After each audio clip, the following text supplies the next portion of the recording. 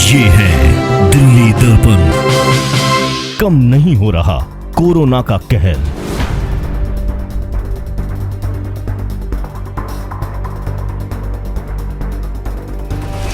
ऐसे में क्या है दिल्ली की इंडस्ट्री का हाल।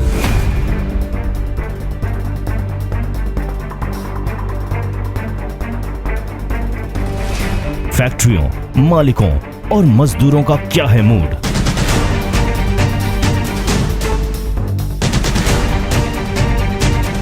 कितनी ठीक होगी अर्थव्यवस्था और इंडस्ट्री की हेल्थ।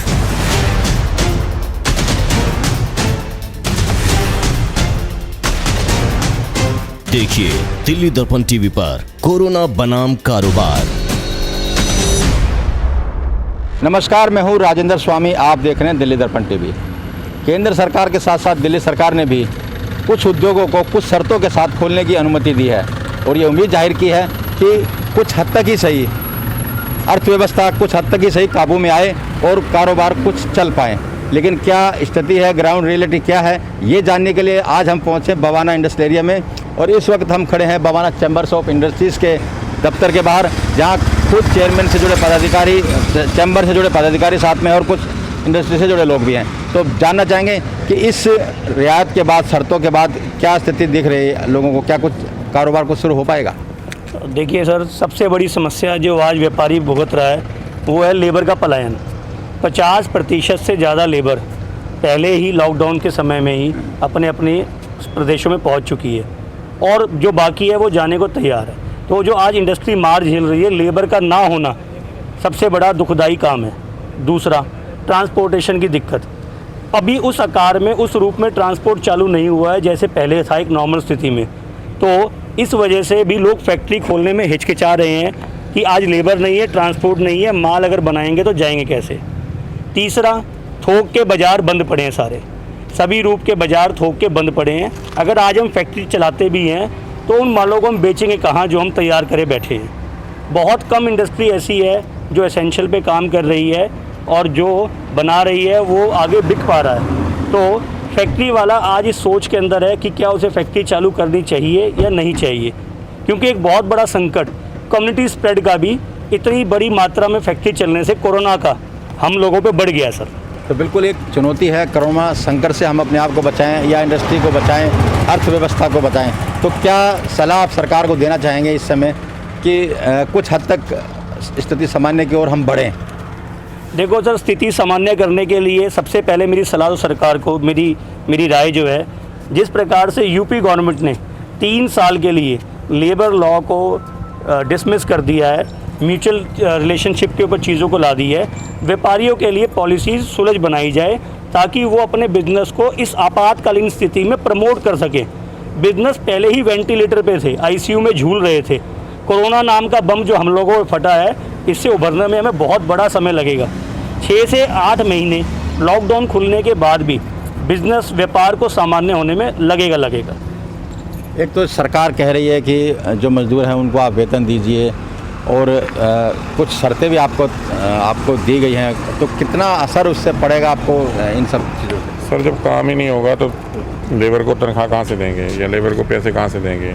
काम होगा तभी तो लेबर को पैसे दिए जाएंगे ना। अब जैसे कुछ स्टाफ परमानेंट है, जैसे लेबर तो चलो दिहाड़ी वाली लेबर है, वो दिहाड़ी करेगी तो लेगी। जो परमानेंट लेबर है, हमारे पास वर्कर हैं, उनसे काम लेंगे तभी पैसे दे पाएंगे ना जी। घर में बैठ के कैसे तनख्वाह दे पाएंगे? हमारे पास काम ही नहीं होगा तो पैसे कहाँ से आएंगे? बिल्कुल। राजीव, मैं एक चीज़ और जानना चाहूँगा, अभी जो नरेला में इतनी सारी फैक्ट्रियाँ हैं, कितने % फैक्ट्रियाँ चल रही हैं इस समय और क्या व्यापारियों का मूड है अभी? सर, आप ये मान के चलिए तकरीबन 10 से 15% फैक्ट्रियाँ चल रही हैं और तकरीबन आने वाले 10 दिन में 10-15% और चल पाएगी। व्यापारी अभी असमंजस की स्थिति में है, लेबर है नहीं, कोरोना का भय सिर पे खड़ा है। जितना ज़्यादा हम बाहर निकलते हैं उतना वो भय भी हमें सताता है। बाज़ार में ऑर्डर नहीं है, तो आज बहुत विशेष रूप में एक बड़े नंबर में इंडस्ट्री नहीं चल पाएगी अगर सारे बाज़ार नहीं खोले गए तो बिल्कुल। कुछ और लोग भी हमारे साथ हैं। आप अपना नाम बताइए और क्या करते हैं आप?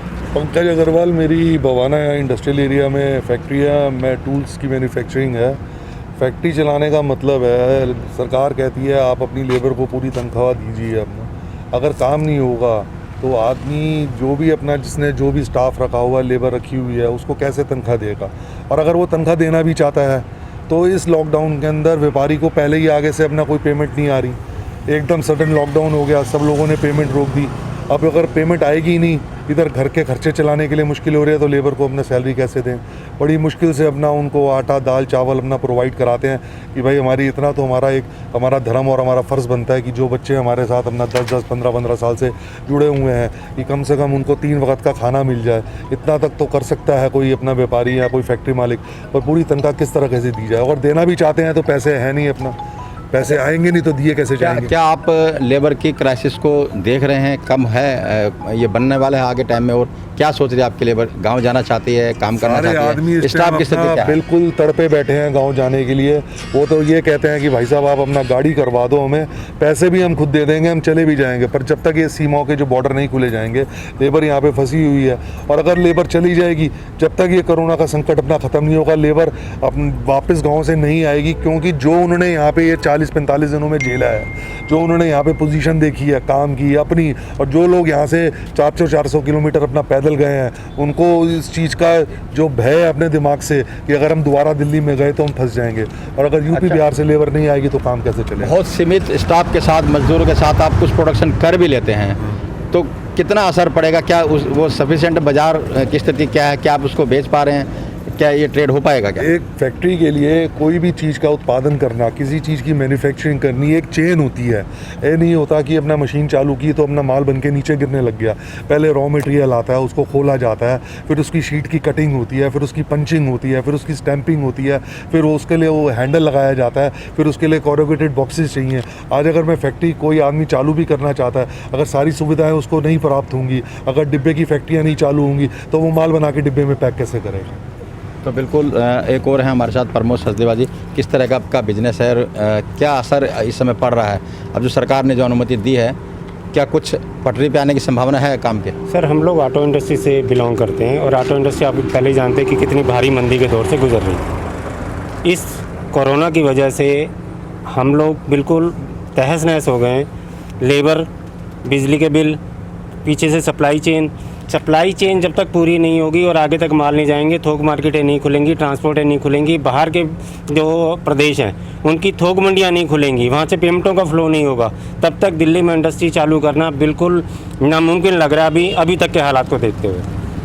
तो बिल्कुल इंडस्ट्री को चालू करना बहुत मुश्किल है। मैं राज्य के बाद दोबारा आऊँगा, बवाना चैम्बर्स ऑफ इंडस्ट्री से जुड़े हैं, क्या सरकार को आपने कुछ पत्र लिख करके संवाद स्थापित किया है या मिले हैं कभी? कारोबारियों की जो समस्याएं हैं उनको ध्यान में रख करके कुछ वो निर्णय ले, इस तरह की कोई बात हुई है क्या? राजेंद्र जी देखिए, पिछले 45 दिन के दौरान मुख्यमंत्री श्री केजरीवाल जी को बवाना चैम्बर की तरफ से तकरीबन 10 बार मेल हम कर चुके हैं इन्हीं सारी समस्याओं को लेके, और हमने सत्येंद्र जैन जी से भी हमने संपर्क किया, उनको भी मेल करी है। इसमें मेरा एक सुझाव है, जिस प्रकार से केजरीवाल जी ने 70% कोविड टैक्स शराब के ऊपर लगा दिया टैक्स को इकट्ठा करने के लिए, लेकिन उसमें एक बहुत बड़ा खतरा ये है कि सोशल डिस्टेंस को मेंटेन ना करने की वजह से कोरोना का बढ़ने का खतरा है। तो क्यों ना Kejriwal ji relocation of industries, जिसमें कि बवाना, नरेला, बादली, पड़पड़गंज आता है, इनको फ्री होल्ड करें, जो कि इनके दोनों बार के मैनिफेस्टो में भी है, इनका वादा पूरा होता है। और अगर ये इसको फ्री होल्ड करते हैं कन्वर्जन चार्ज के रूप में 3500 करोड़ रुपए से ज़्यादा भी इनके दिल्ली के खजाने में आ जाएगा। व्यापारी जो कि कोरोना की महामारी से जूझ रहा है, वो अपनी प्रॉपर्टी पे लोन भी ले पाएगा, लिमिट भी बनवा पाएगा, अपने व्यापार को सुगम रूप से चला पाएगा।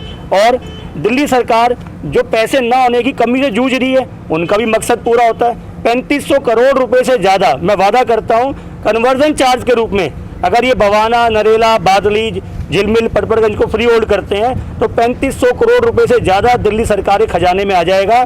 उनका मैनिफेस्टो भी यही कहता था कि फ्री होल्ड करना है। इस प्रकार से दोनों के काम होते हैं, एक तीर से दो निशाने। तो ये था बवाना चैम्बर्स ऑफ इंडस्ट्रीज़ के व्यापारियों से हमारी बात, और साथ ही साथ एक बहुत अच्छा सुझाव चैम्बर्स की तरफ से ये आया है कि जिस तरह से सरकार अर्थव्यवस्था को लेकर चिंतित है, आय के नए नए स्रोत तलाश रही है और उसी आय के स्रोत को ध्यान में रखते हुए शराब की दुकानों को चलाने की अनुमति दी है, जो बहुत खतरनाक साबित हो सकता है। उसकी बजाय अगर इस तरह से फ्री होल्ड कराने की जो इनका जो सुझाव है, अगर सरकार उसको मान लेती है तो ये अर्थव्यवस्था के लिए नहीं, दिल्ली सरकार के खजाने में एक बहुत बड़ा राशि आने की संभावना उसमें पूरी बन सकती है। कैमरामैन योगेंद्र के साथ राजेंद्र स्वामी, दिल्ली दर्पण टीवी।